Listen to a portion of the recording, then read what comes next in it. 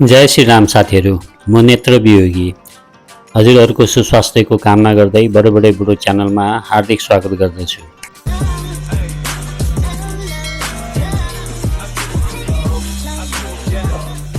साथीहरू, यो पालि पनि म अमेरिकाको सरकारी स्कुलमा एउटा कार्यक्रम थियो, म त्यही नै पुगेको छु। यहाँकै बारेमा केही कुराहरू जानकारी दिन गइरहेको छु। हिँड बिस्तारै बिस्तारै हिँड।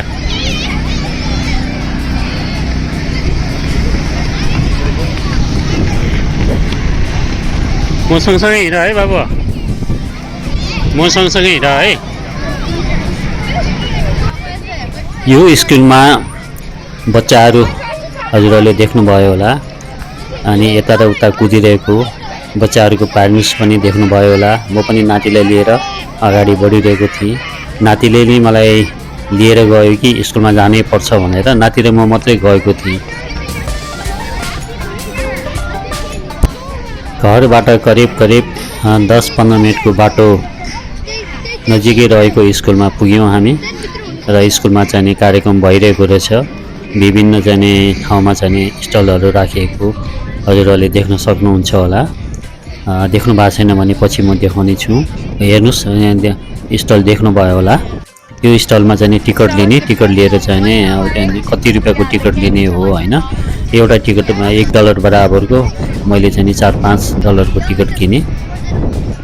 तिमीले त खिचेकै छैन, बस्ने एकछिन। स्माइल। ओके।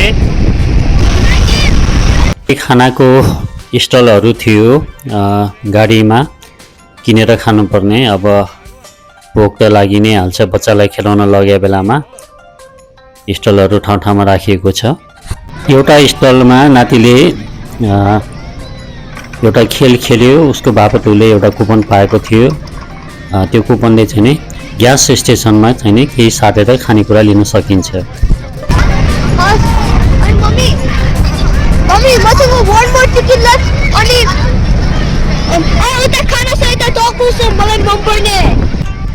स्कुलमा कार्यक्रम भएको दिन निकै चिसो थियो। यहाँ खुल्ला ठाउँ भएकोले पनि चिसो भएको हो, र मैले चाहिँ टोपी लिएर नगएको भए साह्रै गाह्रो हुने थियो। यस्तो कार्यक्रम त नेपालमा सरकारी स्कुलमा हुनुपर्ने हो। यो कार्यक्रम भइराख्यो भने बच्चाहरूले खेल्ने मौका पनि पाउँथे, र अभिभावक र शिक्षकसँग चिनजान हुन्थ्यो, बच्चाहरूको बारेमा बुझ्न सकिन्थ्यो, र आर्थिक लाभ पनि हुन्थ्यो। त्यो लाभले विपन्न विद्यार्थीको लागि आर्थिक सहयोग पनि हुने गर्थ्यो। नातिलाई मनपर्ने विभिन्न खेलहरू मैले खेलाउँदै गएँ। ऊ खुसी भइरहेको थियो। ऊ खुसी भएको देख्दा मलाई पनि खुसी लाग्यो। यस्तै यहाँ आउने अभिभावकहरू पनि खुसी नै देखेको थिए। अब आएको नयाँ सरकारले यसतर्फ ध्यान दिने पो हो कि सरकारी स्कुलमा, प्राइभेट स्कुलमा त यस्तो कार्यक्रम भइ नै रहन्छ। सरकारी स्कुलमा पनि ध्यान दिएको खण्डमा धेरै राम्रो हुने थियो। यो के गर्ने हो पहिला बुझ न। यो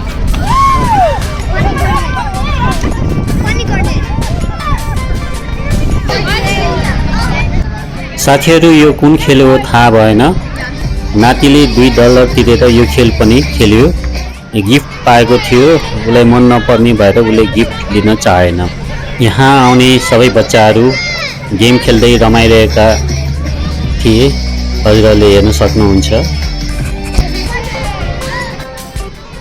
अमेरिकाको स्कुलमा पढाइ सकिएपछि करिब 3 महिना जति छुट्टी हुन्छ। यो छुट्टीमा बच्चाहरूलाई कसरी हेर्ने भन्ने अफिस जानुपर्ने अभिभावकलाई चाहिँ साह्रै नै गाह्रो पर्ने रहेछ। यो खेलको नाम त मलाई थाहा भएन साथीहरू।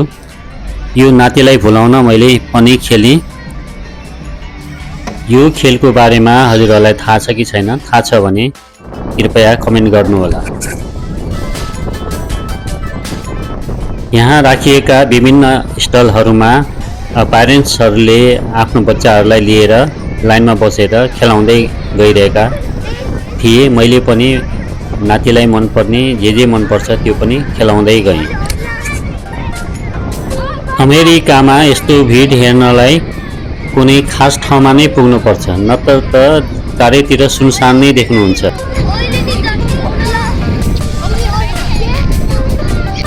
यहाँ राखिएका खानेकुराको स्टलहरूमा अभिभावकहरूले किनमेल गर्दै ल्याउँदै थिए, आफ्नो बच्चाहरूलाई पनि दिँदै थिए। यो स्टल राखेको बापत यो स्कुलमा डोनेसन दिनुपर्छ होला जस्तो लाग्छ, मलाई त्यति थाहा भएन साथीहरू। नातिलाई ट्याटु बनाउन मन लाग्यो र हातमा ट्याटु लगाउँदैछ। ट्याटु बनाए बापत $3 तिर्नुपर्ने थियो। ट्याटु लगाउन पाएर नाति खुसी भयो।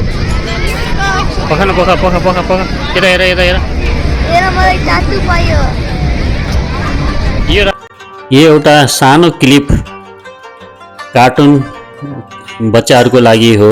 मैले कोरियाको एयरपोर्टमा भेटाएको थिएँ र मैले त्यही बेलामा खिचेर मैले राखेको थिएँ। मैले यो भिडियोमा मैले जोडिदिएँ। आशा छ हजुरहरूले मन पराउनुहुन्छ भन्ने, सायद बच्चाहरूले पनि मन पराइदिन्छन् होला। हजुरहरूलाई कस्तो लाग्यो कुन्नी? एउटा खेल देखेर मलाई अचम्म लाग्यो। हामीहरूले चाहिँ नेपालमा होलीको बेलामा बच्चाहरूले खेलेको पानी छापाछ्याप गरेर देखेको थिएँ। यहाँ त त्यो एउटा खेल नै बनेछ। यो खेल खेल्नलाई पनि $3 को टिकट लिएर खेल्नुपर्ने रहेछ। 3 पोकाले चाहिँ पानीले हिर्काउने हजुरहरूले देख्न सक्नुहुन्छ। नातिलाई पनि खेल्न मन लागेर म पनि खेल्छु भन्यो। ऊ लाइनमा बसिरहेको छ नाति।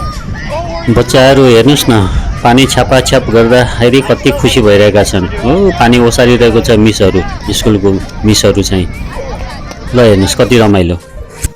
साथीहरू, अमेरिकामा भएको स्कुलको बारेमा के खेल हुन्छ, कस्तो कस्तो कार्यक्रम हुन्छ भन्ने यो भिडियो हजुरहरूलाई कस्तो लाग्यो? राम्रो लागेमा लाइक गरिदिनु होला, कमेन्ट गरिदिनु होला, साथीहरूमाझ सेयर गरिदिनु होला। यदि सब्सक्राइब गर्नु भएको छैन भने सब्सक्राइब पनि गरिदिनु होला।